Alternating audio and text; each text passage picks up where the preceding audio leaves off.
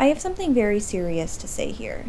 Once every hour, someone is involved in an internet scam. That man is Michael Scott. If I met Michael Scott in real life, I'm nearly sure I would despise him.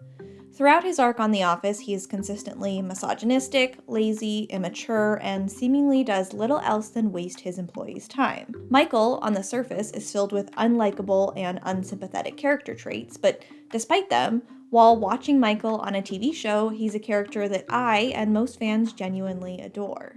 There's this interesting phenomenon in popular media where characters who are objectively bad people are able to garner a lot of sympathy from fans. The Disney villains have become so popular that Disney has been able to market products and even expensive, exclusive theme park opening experiences surrounding them, and the MCU's Loki epitomizes this fan response. While in the original Avengers, Loki tried to annihilate a city and his brother, the overwhelming response to his character seemed to be fans on Tumblr lamenting that he was simply misunderstood. And this response from fans is hardly something new. In Shakespeare's rendition of Richard III, he wrote the monarch to be particularly ruthless and unpleasant. Nonetheless, as a character, he was so captivating to audiences that Richard III, a play written in the 14th century, is still produced today. In his book, The Playwright's Guidebook, Stuart Spencer uses Richard III as an example of how to write what he calls dramatic sympathy. Specifically, Spencer says of Richard III, he's sympathetic in the dramatic sense, even though we would despise him if we met him in real life. And I would wager that if most people were to meet Michael Scott in real life, they would most likely despise him. But since he is sympathetic in the dramatic sense, that isn't the reaction of fans who meet this character on a TV show. So while Michael Scott isn't a malicious monarch or even a traditional villain, he is an ideal case study of exactly how to use the concept of dramatic sympathy in order to make a character not only more sympathetic, but eventually, in Michael's case, incredibly likable as well. Part 1. RESPVT. You know the worst part about prison? The Dementors. This has been discussed to death on YouTube already, so I'll mention it briefly. In order to keep The Office on the air, in Season 2, Michael Scott was given a few formulaic adjustments by the writing staff in order to make him more likable. Michael would be better at his job, everyone in the office would be 10% nicer to him, and each episode would end on a positive note. This change was heralded by American Office co-creator Greg Daniels, and it focused on one of the pinnacles of dramatic sympathy: respectability. With these changes, it became more clear to Michael's staff and the audience that despite his goofy antics, Michael was good at his job. To be clear, Season 1 Michael was also good at this aspect of his job. The series opens with Michael making a sale that Jim was unable to. However, in Season 2 and onwards, since The Office frames Michael in a more positive light, his competency becomes much more obvious. Most notably, Michael's salesmanship is on full view when he and Jan meet with a sales rep at Chili's. Michael reads the situation very well and uses his oddball personality to their advantage. He shuts down Jan's very formal approach to business, not because he's incompetent, but because he knows it's not gonna work. Throughout the series, Dunder Mifflin's main selling point is that they're strongest in customer service. They're the people person's paper people. And Michael embraces that value when he, in Jan's eyes, miraculously makes this sale. Making Michael respectable by making him good at his job is an approach that would be used again in the future. The American Office was co-created by Greg Daniels and Michael Schur, who both went on to create other hit comedies like Parks and Rec, Brooklyn Nine-Nine, and The Good Place. Mike Schur partnered with Dan Gore for Brooklyn Nine-Nine, and the approach they used for Jake Peralta, its main character, should sound familiar. Jake is also a massive goofball. His ridiculous antics both in the office and the field often result in eye rolls and feelings of frustration from his coworkers. And like Dwight to Michael, Jake has Charles Boyle to constantly bolster up and encourage his time wasting. Still, in spite of his shenanigans, Jake is highly respected by his peers and superiors. In interviews, the Nine-Nine's creators and writing staff often emphasize that their top priority when writing Jake is to make sure it's clear that he's good at his job, because he's, unfortunately, a cop. In Season 4, while Jake is mandated to be sequestered in Florida, he still stays true to his goofball personality. He wears ridiculous clothing and works his way to the top of a family amusement park just to spite his boss, while at the same time, he's secretly still doing detective work. And his initial involvement is eventually what helps get him and his boss out of Florida. Jake presents himself as essentially just a big kid. He sees his job as putting away the bad guys, but his peers and superiors respect him because, like Michael, he's good at his job. Additionally, it's important to make the distinction that Michael is good at both aspects of his job. He's a great salesman and he's a great boss. Sure, as a boss he's distracting, he wastes hours of time, he can be sexist, misogynistic, but even with those flaws, under his direction, his team always finds success. When the office is managerless, Jim remarks that business is moving forward as usual. And it's because Michael created a team of people who were functionally self-sufficient. The unique staff of Dunder Mifflin Scranton thrived off a leader with a hands-off approach. So Michael, as a boss, staying out of the way and allowing his employees to manage how they do their work was how, despite all odds, their regional paper company was almost always performing well.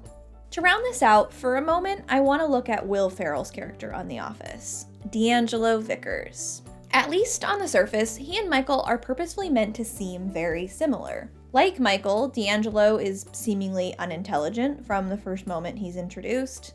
He's sexist, and he's even a moronic goofball. But rather than succeeding because he shares those traits with Michael, he's one of the most universally hated characters on The Office. D'Angelo is an avatar of Michael Scott who is easy to hate because he commands no respect. He belittles the office, isolates them into cliques, and is ultimately incompetent at both aspects of his job. Andy, the worst salesman in the office, is able to successfully keep a client after D'Angelo ruins their sales call. And as a leader, his staff openly doesn't respect him. Dwight, Pam, and even Michael all openly express their disdain for him.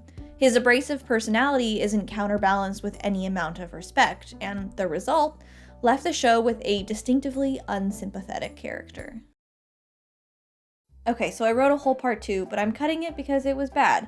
Part 2 is basically that you have to understand how a character feels about themselves, because that really plays into their actions and motivations. And we know how Michael feels about himself. He thinks he's the world's best boss. I wrote this. He thinks he's talented enough to run a company, write an action movie, and make any woman fall in love with him. So while Michael, a manager forcing Oscar, his employee, to kiss him is objectively ridiculous and disgusting, Michael's action is understandable because it's in line with his delusional idea that everything he does is right.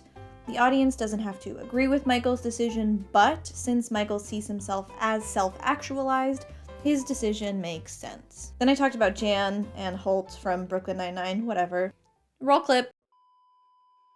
Part 3, Dwight, you ignorant slut. Okay, part 3 on our dramatic sympathy checklist. Comprehensible behavior. A large aspect of understanding where Michael, Jan, and Holt are coming from is that their behavior is always comprehensible. Well beyond season 1, Michael continues to sexually harass his employees, but Michael thinks he's being really funny. He's labeled himself as the office's cool, funny guy, and when he's offensive, it's comprehensible because that behavior is in line with his character. And while I spent a considerable amount of time insulting D'Angelo Vickers, Dwight also shares all of Michael's worst traits. He's unkind or blatantly rude to every other character in the office. He challenges any position of power he doesn't agree with. He'll put down anyone in order to succeed. And he's a teacher's pet. Dwight is kind of insufferable, but his behavior is always comprehensible. Dwight's focus from the start of the show is always towards getting his dream job. Regional manager of Dunder Mifflin Scranton. Jim is very frank about how little he cares about his job and only really puts forth effort when doing so helps his family. Even Michael admits he never dreamed Dunder Mifflin would be his future. So even within the context of The Office, Dwight's biggest dream is almost a laughable one. In her book, Amy Poehler describes Parks and Rec's Leslie Knope as an extremely low-level Parks and Recreation Department employee who had big dreams. She has an objectively unimportant job, yet she's enthusiastic about it to a fault. Her idolization of Ron Swanson, her boss, is also very reminiscent of Dwight's idolization of Michael. They both worship these individuals because in the eyes of Dwight and Leslie, their bosses are the heroes who have made it. As such, all of Leslie's behavior is very easy to understand. She takes herself seriously because she wants to make it. Dramatic sympathy doesn't apply to Leslie because she is objectively likable, but looking at Dwight, he isn't. His abrasive personality can be hard to stomach at times, but his actions are always perfectly in line with his character. Dwight wants to make his dreams come true. And while it's his relationship with Angela and the love he eventually shows to his other coworkers that really give him humanity, it's the fact that Dwight's behavior is understandable that makes him dramatically sympathetic in my eyes.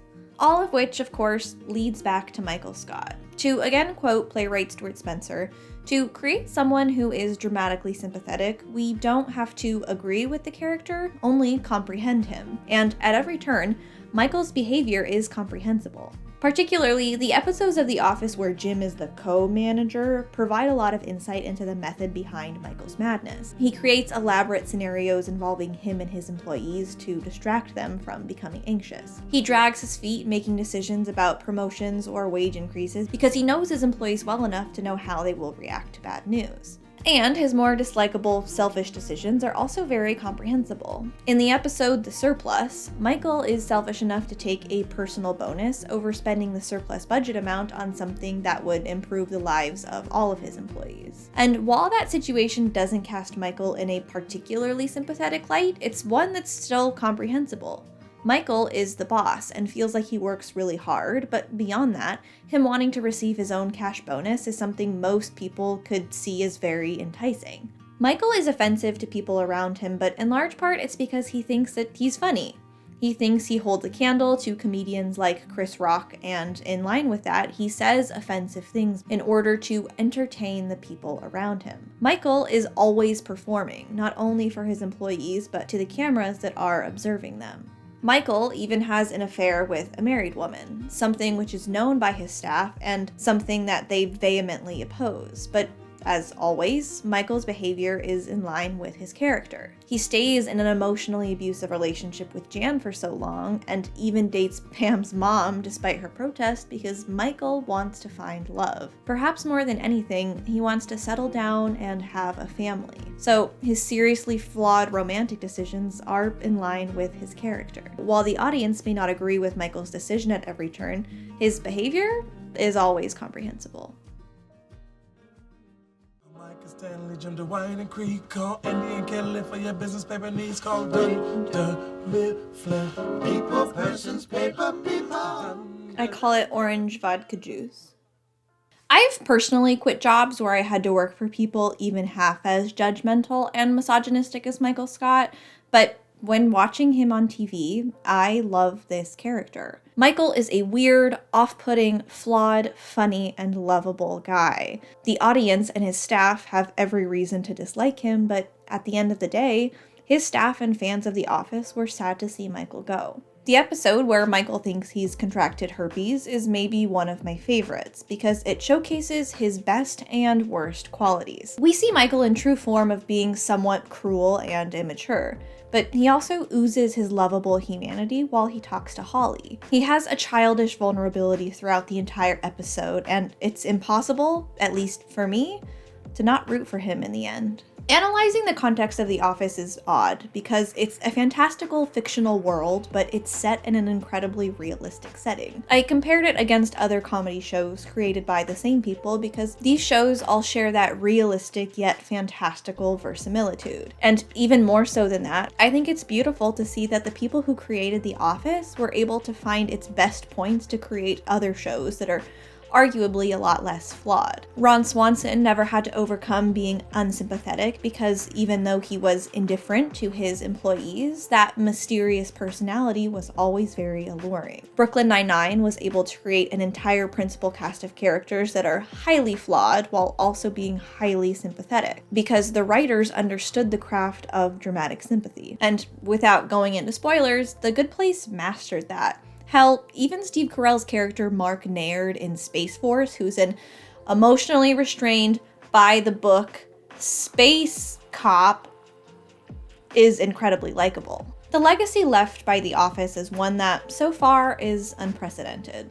The Office's massive success allowed its writers and creators the freedom to create more wild and nonsensical comedy sitcoms that all work because they're rooted in these flawed but highly lovable characters. The Office ends with a quote that Greg Daniels frequently used to explain why The Office worked. Pam says, "There's a lot of beauty in ordinary things. Isn't that kind of the point?" So, while it's easy to love Michael Scott, Leslie Knope, and Jake Peralta because they're funny, I think the sympathy we feel for them is because they reveal the simple truths we all share. They're all set in fantastical worlds, but they choose to celebrate the beauty in the ordinary. And that, more than anything, is why I always return to The Office. And, just like Michael hates corporate, small YouTubers hate big YouTube. So if you liked this video and want other people to see it, hit that like button like it's D'Angelo Vickers.